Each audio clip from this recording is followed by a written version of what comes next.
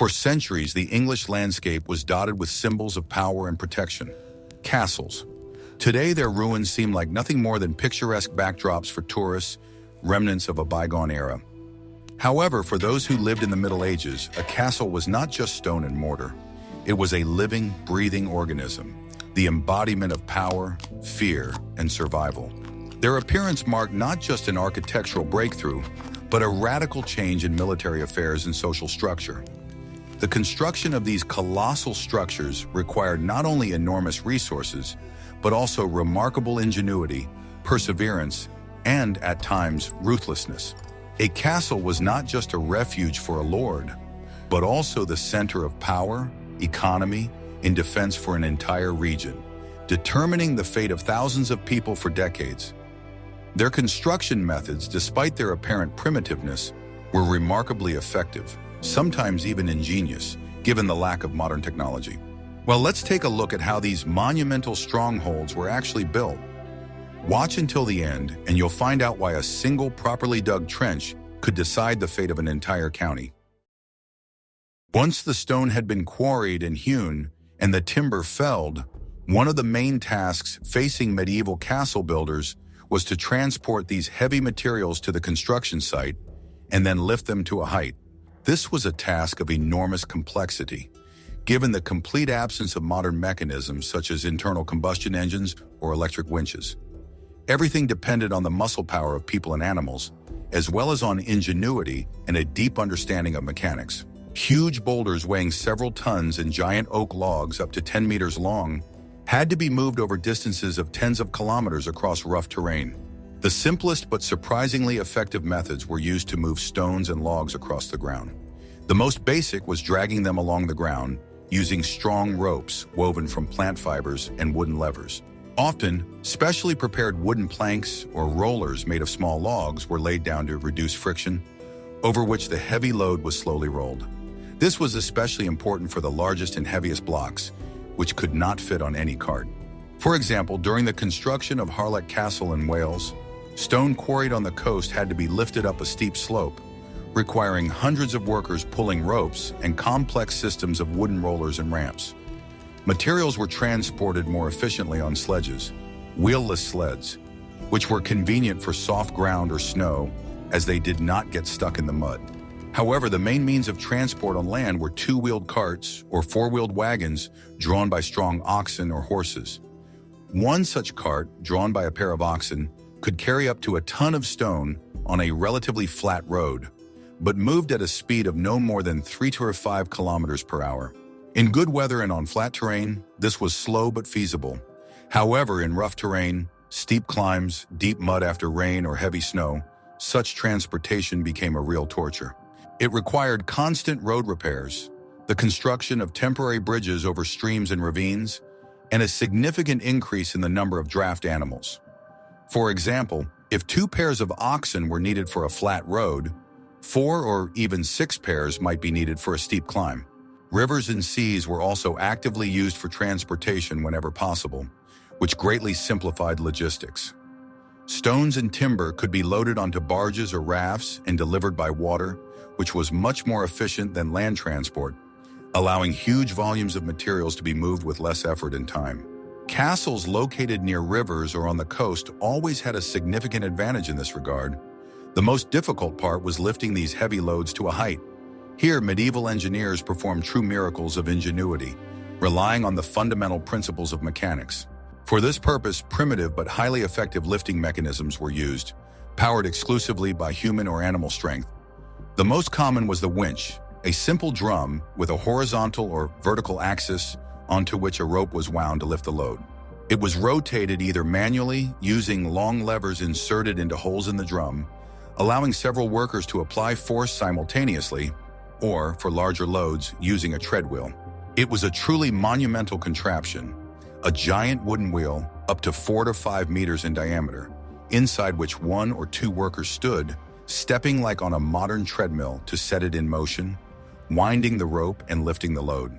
It was a kind of medieval gym with very heavy weights, where a worker could spend the whole day constantly walking inside the wheel, lifting dozens of tons of materials. For example, to lift one large stone for a wall, it took 10-15 workers pulling the rope by hand, or just 2-3 people in such a wheel. Sometimes more complex winches with gear transmissions were used, which allowed heavier loads to be lifted with less effort. However, their design was much more complex, requiring more precise woodworking and skilled blacksmiths to make strong metal gears, which made them less common. For the largest stones and beams, weighing tons, complex systems of blocks and pulleys were used, which reduced the effort required by increasing the length of the rope, thereby allowing a smaller team to lift a huge weight. For example, a system of 4 pulleys, 2 on a fixed support and 2 on a movable one, could reduce the effort required by 4 times, although it required a much longer rope and more time to lift the load. All these mechanisms were supported by sturdy wooden scaffolding, which was erected as the castle walls grew. The scaffolding was complex, multi-level, temporary structures, often built directly into the wall masonry. The characteristic rectangular holes for scaffolding beams, putt-log holes, are still visible in many old castles. After construction was completed, the upper parts of the scaffolding were dismantled, and the lower parts were sometimes simply left to rot or removed later, with the holes filled with mortar. It was a constant, grueling battle against gravity, where every stone lifted was a testament not only to engineering ingenuity, but also to the remarkable physical endurance and perseverance of medieval builders. Could you survive in such conditions, where every day is a physical feat and mistakes are deadly? Write your thoughts in the comments. The heart of any stone castle was undoubtedly stone, and its extraction was one of the most extensive and labor-intensive stages of construction. In England, where castles were built in large numbers, the availability of suitable quarries nearby was a key factor that could significantly speed up and reduce the cost of a project. If there were none, the stone had to be transported from many kilometers away, which required huge transportation costs and increased the time needed to build the castle many times over. Various types of stone were used. Limestone, for example, Portland stone, widely used after the Norman conquest, sandstone, less durable but easier to work with, granite, very hard but difficult to work with, and even local flint for internal masonry. The choice depended on the geological features of the region and the availability of resources. Stonemasons and laborers worked in the quarries. The former, being highly skilled craftsmen, were responsible for accurately cutting the stone, giving it the desired shape and size using chisels, hammers, and picks. Their work required not only physical strength, but also a deep understanding of the properties of stone, its layers and cracks.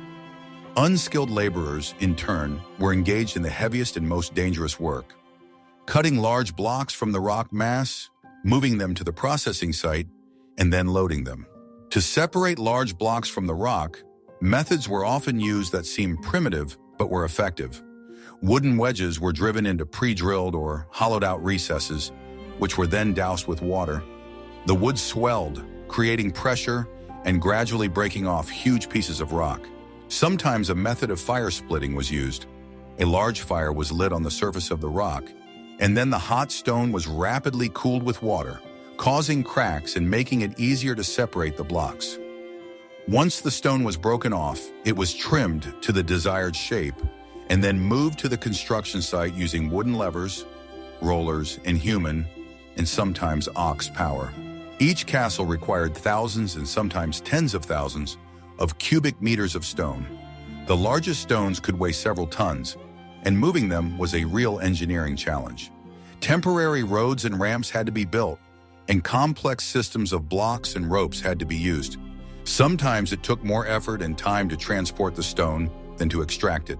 Imagine the scene: a string of ox-drawn carts slowly creeping along muddy roads, carrying giant stone blocks, each of which could become part of an impregnable wall. It was truly a colossal logistical task. But even more interesting is how hygiene was maintained in these medieval strongholds. When the castle turned into an overcrowded, besieged city without soap, running water, sewage systems as we know them today, or any antiseptics, the answer is coming soon. The problem of water supply and waste disposal in a medieval castle was one of the most difficult engineering tasks, directly affecting the health of the garrison and the castle's ability to withstand a long siege. Water supply was absolutely critical, especially during a long siege, when access to external water sources could be cut off. Ideally, a castle was built near a natural water source, a river, stream, or lake, which provided a constant and abundant supply. However, if such a source was located outside the protected perimeter or was vulnerable to poisoning by the enemy, wells were dug inside the castle. These wells could be incredibly deep, sometimes reaching hundreds of feet to reach a reliable aquifer located deep underground or even beneath the rocky foundation of the castle. Their construction was a laborious and extremely dangerous task, often requiring the involvement of specialist miners who dug narrow shafts by hand, reinforcing them with wooden or stone rings. Every bucket of water raised from such depths was the result of enormous effort. Water was drawn from wells using simple winches where workers turned handles by hand, or, in more advanced systems, using hand pumps or chain wells, where buckets or leather bags were raised along an endless chain. In some cases, especially in regions with heavy rainfall, complex rainwater collection systems were built. Water from the massive roofs of castle towers and buildings was collected in gutters, often made of lead or wood, and directed into huge cisterns, often located underground in basements or courtyards. These cisterns served as a strategic reserve in case of siege, when wells could be destroyed or poisoned. Sewage systems as we know them today were completely absent. There were no centralized drainage systems, water supply systems, or sewage treatment facilities. The main method of disposing of human waste was latrines, also known as guardrobes. These were essentially simple toilets consisting of stone niches or small rooms with a hole in the floor, located in the thickness of the walls or, more often, in protruding parts of towers overhanging the outer wall. The waste fell through a vertical channel running through the wall directly into a moat, if the castle had one, or into a specially dug cesspool at the base of the wall. In some cases, waste was simply dumped directly onto the hillside below the castle, creating a constant unpleasant odor and contributing to the accumulation of garbage. Despite its apparent primitiveness, this solution was relatively effective in removing waste from living quarters and preventing its accumulation inside the castle. The smell was, of course, a constant problem, especially in hot or windless weather, but air currents passing through the latrine channels and natural winds, as well as the location of the latrines on the outside of the castle, helped to disperse it. The walls of the channels were sometimes covered with lime, which served as a primitive disinfectant to reduce odors and combat parasites. However, kitchen waste, such as food scraps, grease, offal, and other rubbish, was often simply thrown into the moat or into common rubbish pits located outside the castle walls if it was safe to do so. This inevitably contributed to the spread of disease and attracted rats, mice, and other pests, which were a constant problem in castles. Sanitary conditions deteriorated particularly critically during sieges, when the moat could be filled in and garbage pits became inaccessible or overflowed, turning the castle into a breeding ground for infections. The lack of basic hygiene facilities, such as soap in the modern sense, running water for regular washing of the whole body, effective sewage systems, and any antiseptics, made medieval castles a constant challenge to hygiene.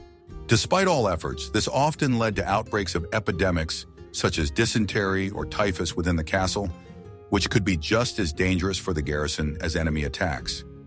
It's interesting to wonder how they kept these huge structures relatively tidy and clean without running water or sanitation services. Keep reading to find out. The construction of a large stone castle was a project of colossal proportions, requiring not just a group of workers, but a veritable army of builders, numbering hundreds and sometimes thousands of people, each with their own specific role and hierarchy. At the top of this pyramid stood the lord or king, who financed the project, allocated land, and made strategic decisions about the size, shape, and location of the castle. His administrators or stewards were responsible for supplies, logistics, recruiting labor, and paying wages. The master mason was in charge of the day-to-day stuff. He wasn't just a worker, but basically the chief engineer, architect, foreman, and sometimes even the artist all rolled into one.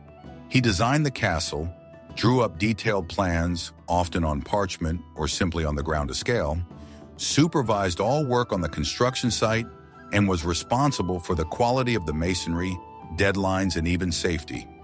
His knowledge was invaluable, and he could earn a very impressive salary, sometimes comparable to the income of a minor knight, and his name was often recorded in the chronicles. He was assisted by apprentices and stonecutters, masons, who were the main skilled workers. They cut the stones into the required shape and size using chisels, hammers, and pickaxes. Their work required not only physical strength and endurance, but also high precision, spatial thinking, and a deep understanding of the properties of stone, its layers, and possible cracks. Many of them were itinerant craftsmen, moving from one large construction site to another. Carpenters played an equally important role. They erected complex wooden scaffolding, which was absolutely necessary for working at height, and built temporary cranes and lifting mechanisms. They also made wooden frames for roofs, floorboards, massive gates and doors, window frames, as well as temporary templates and formwork for arches and vaults. Without their skills, the construction of high walls and towers would have been simply impossible. Blacksmiths were indispensable.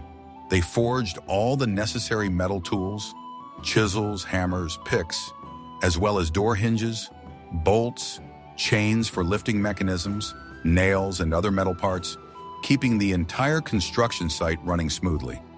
Laborers made up the largest group, sometimes accounting for 80–90% of the entire workforce. These were simple peasants, often hired for a pittance or even forced to work as part of feudal duties, such as corvée labor. Their work was the hardest, most monotonous, and most dangerous. They carried stones from quarries and delivered them to the construction site, carried water and sand, mixed tons of mortar, dug huge ditches, and built earthen ramparts and fortifications. Their labor was the foundation of everything, but it was paid very little. Their work was the most dangerous, and the mortality rate on such construction sites due to accidents, falls, and disease was extremely high. In addition to them, there were always carters with oxen and horses delivering materials, as well as women and children who could help with less heavy work, such as collecting water, cooking for the workers, or supplying small stones. The hierarchy on the construction site was strict.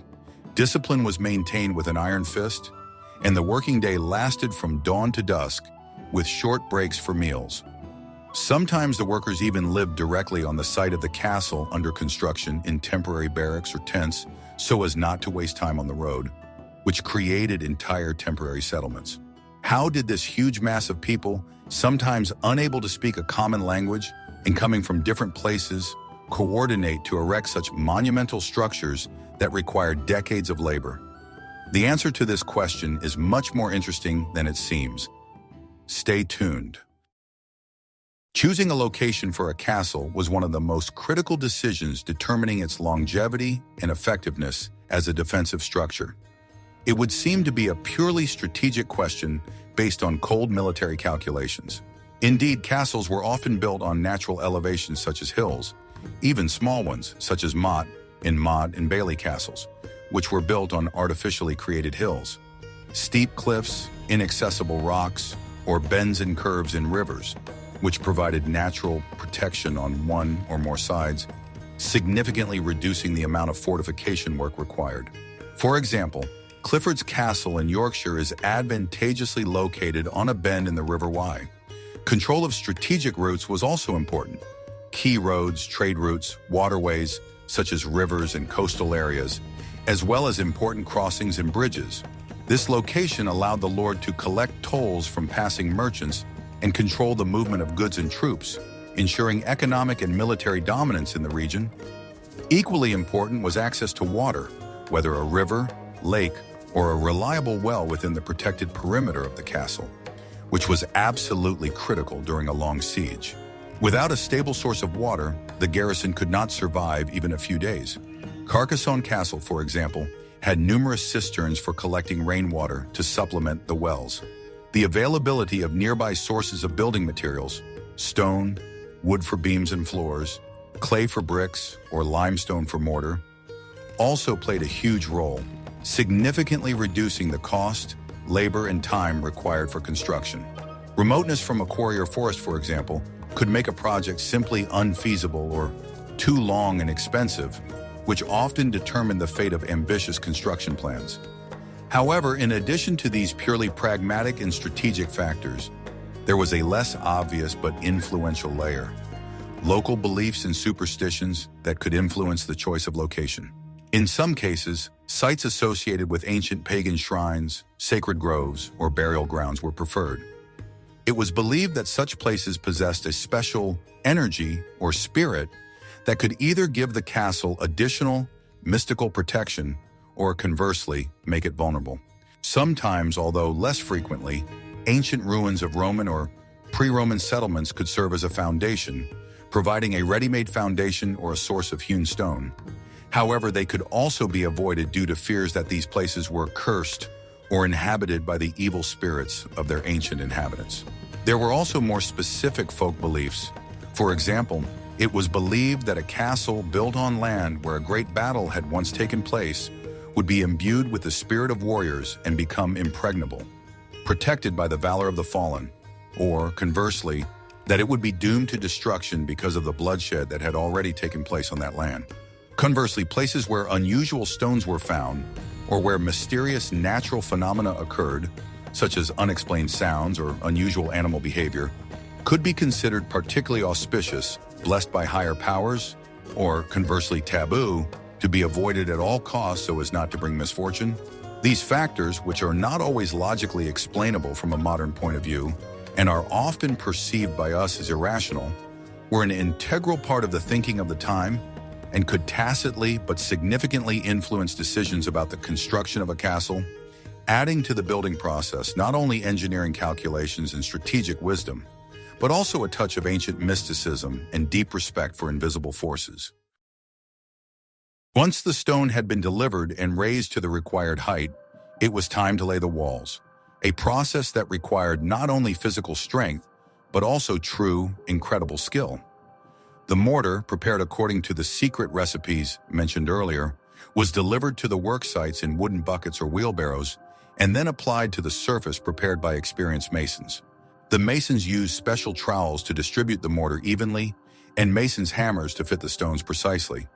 It was important not just to place the stone on the mortar, but to fit it carefully to ensure maximum adhesion and unmatched stability of the entire castle structure. Most English castles were built using the rammed or sandwich masonry technique. This meant that the wall was not made of solid blocks, but of two outer layers of carefully worked stone, facing, between which an inner core was filled. The inner core was filled with less processed stone, rubble, gravel, and sometimes just earth mixed with a large amount of mortar and broken ceramics. This method was significantly cheaper and faster than building with solid stone blocks, but required special attention to the quality of the mortar to ensure that all parts of the wall were firmly bonded together. The masons worked on the facing, carefully fitting each stone and filling it with mortar, trying to minimize the thickness of the joints for strength and aesthetics. For greater strength, through stones or bond stones were inserted at regular intervals into the thickness of the wall, passing through the entire thickness of the wall, connecting the outer and inner facings and preventing them from separating. Without such connecting elements, the wall could have fallen apart into layers. A castle is not just a chaotic pile of stones. It was a complex system where each element had its own strict purpose. The walls were not just straight. They had loopholes for archers and crossbowmen, machicolations, protrusions with holes for throwing stones or boiling water on the heads of attackers, and merlons at the top to protect the defenders. The construction of these elements required additional skill and precision. How did the builders cope with the cold in winter when the mortar could simply freeze? Or with the summer heat when it dried too quickly? The answer will come soon. Unlike in peasant houses, windows and doors in castles were not just functional openings, but critically important vulnerable points requiring maximum protection. Their design was sophisticated and multi-layered to withstand sieges and repel attacks. Windows in early castles were extremely rare and consisted of narrow slit-like embrasures intended primarily for shooting bows and crossbows, rather than for lighting. Their narrow shape minimized the risk of projectiles entering the interior while allowing defenders to fire effectively at attackers, providing a wide field of view. Gradually, with the development of architecture, especially in later periods when castles began to serve representative functions, Windows became wider but always remained protected. They were often equipped with wooden shutters covered with iron for additional protection. In living quarters, to let in light but not weaken the defenses, windows could be covered with wrought iron grills and, in very rich castles, even with small pieces of glass, often stained. Doors were the most vulnerable elements and required multi-level protection. The main entrance to the castle was usually a complex system.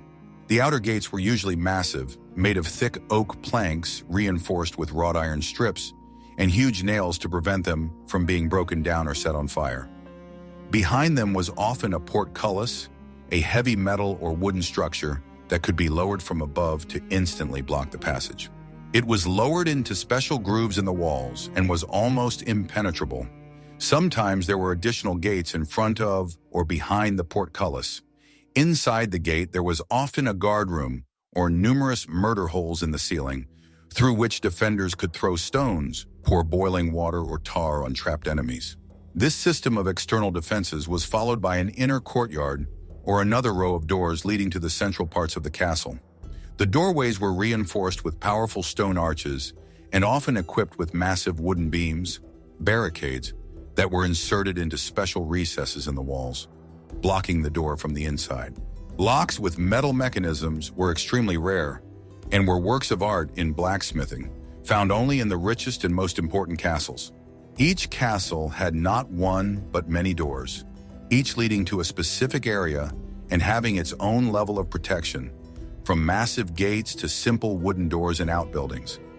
In general, every opening in a castle was designed as a defensive element, not just a means of entry or exit, demonstrating a constant readiness for siege.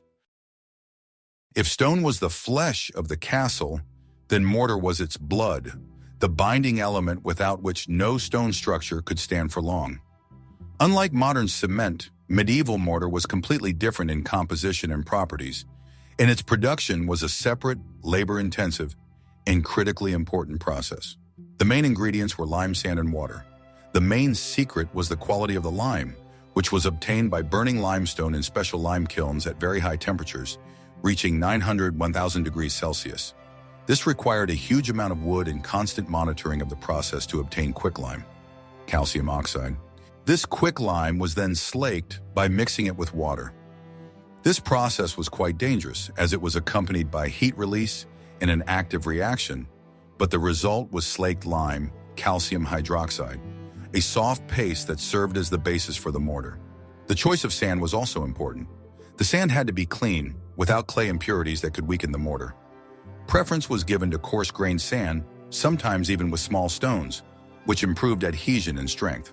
In addition to the main components, medieval builders often added various secret ingredients to the mortar to improve its properties. For example, pozzolan, volcanic ash, or crushed brick chantal was widely used. These additives, rich in silica, formed hydraulic compounds when in contact with lime and water, making the mortar more water-resistant and durable, which was especially important for exterior walls exposed to rain. In some regions, egg whites, whey, animal fat, or even animal blood were added. These organic additives, according to medieval craftsmen, improved the plasticity of the mortar, made it stickier, and possibly increased its frost resistance or moisture resistance. Although the scientific basis for these additives is debatable today, centuries of empirical experience have proven their effectiveness. It is known that in some European castles, the mortar is so strong that the stone breaks and the mortar remains intact. The mortar was mixed by hand on the ground using shovels, in large wooden troughs, or simply on cleared areas of land. It was exhausting work that required constant stirring to achieve a uniform and correct consistency. The correct mortar had to be plastic enough to be applied, but at the same time set quickly and gain strength to support the weight of the masonry. This complex technology, passed down from generation to generation, demonstrates a deep understanding of materials and chemical processes, albeit without modern scientific explanation, which enable them to build structures that have stood for 1,000 years. What surprised you most about this? Leave your opinion. The construction of the castle's multi-meter walls and tall towers would have been impossible without complex scaffolding systems and lifting cranes, which served as a temporary skeleton for the growing stone structure. The scaffolding was made of wood, often from lighter but strong species such as spruce or pine, which could be quickly harvested from local forests. They consisted of a complex network of horizontal beams and vertical posts that were inserted into pre-cut holes, putt-log holes, in the masonry as the castle walls grew. These holes are still visible in many surviving medieval castles as small rectangular recesses in the walls. After construction was completed, the upper parts of the scaffolding were dismantled, and the lower parts were sometimes simply left to rot or removed later, filling the holes with mortar. Scaffolding construction was dangerous and required the highest skill and courage from carpenters.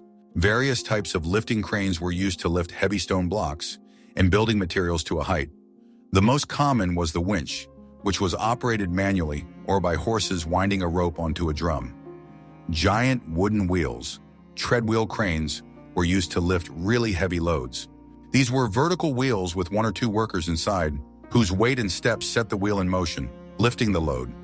It was a kind of medieval treadmill, but with much more serious consequences in the event of a fall.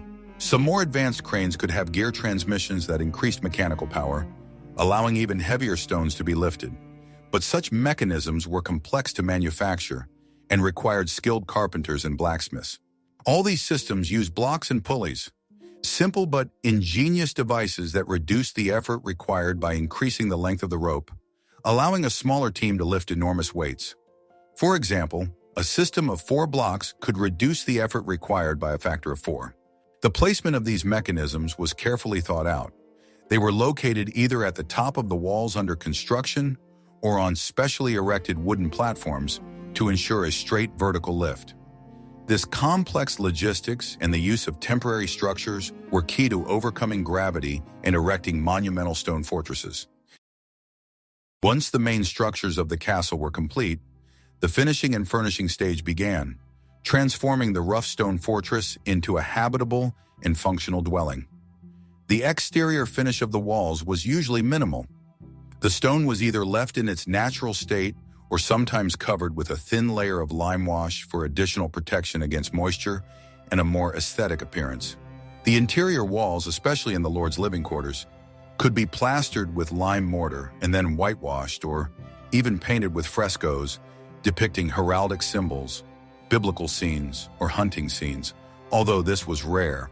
The floors in most rooms were earthen or made of compacted gravel, but in the main halls and bedrooms, wooden planks or even stone slabs could be laid, which was a sign of wealth. The roofs over the residential and service buildings inside the castle walls were usually pitched and covered with tiles, and sometimes with lead for maximum waterproofing, which was very expensive. In later periods, when the role of castles as purely defensive structures declined and their residential function increased, more attention was paid to comfort. Large fireplaces with full chimneys appeared, providing more efficient heating and smoke removal than a simple hearth in the center of the hall. Wooden floors and internal staircases connected the floors, and niches and cupboards for storage were carved into the walls. The furniture was functional and minimalist: heavy oak tables, benches, chests for storing clothes and valuables. Sleeping places were beds with canopies to preserve warmth and privacy. Despite its outward power and inaccessibility, life inside the castle was often harsh and ascetic. The castle was not just a home, but a garrison. It was permanently inhabited by soldiers, servants, and craftsmen, all of whom depended on supplies and discipline. Dampness, drafts, and low temperatures were constant companions even in the most luxurious castles, especially during the cold months. Sources of light, apart from hearths, were rare. They were simple oil lamps or tallow candles that gave off little light and a lot of smoke. Cleanliness was also relative, and despite latrines, hygiene problems were constant. The construction, maintenance, and furnishing of a castle were a never-ending process that required enormous resources and effort throughout the Middle Ages. This constant labor to create and maintain a home reflected not only the struggle for survival, but also an unwavering desire for security and dominance in a harsh world. The construction of English medieval castles is not just a history of building, it is a story of incredible will, engineering, and social organization. From the choice of location, dictated by both strategy and ancient superstitions, to the extraction of stone, the creation of mortar, and the coordination of hundreds of workers, every step was a monumental challenge. These colossal structures not only provided protection, but also shaped society, its economy and culture, remaining silent witnesses to 1,000 years of struggle for power and survival. They demonstrate how, without modern technology, the people of that era created masterpieces that have stood the test of time. What do you think about these hidden aspects of castle construction? What details impressed you the most? What other amazing aspects of medieval life would you like to learn about in the next episode? Share your thoughts in the comments and be sure to subscribe to the channel so you don't miss any new videos.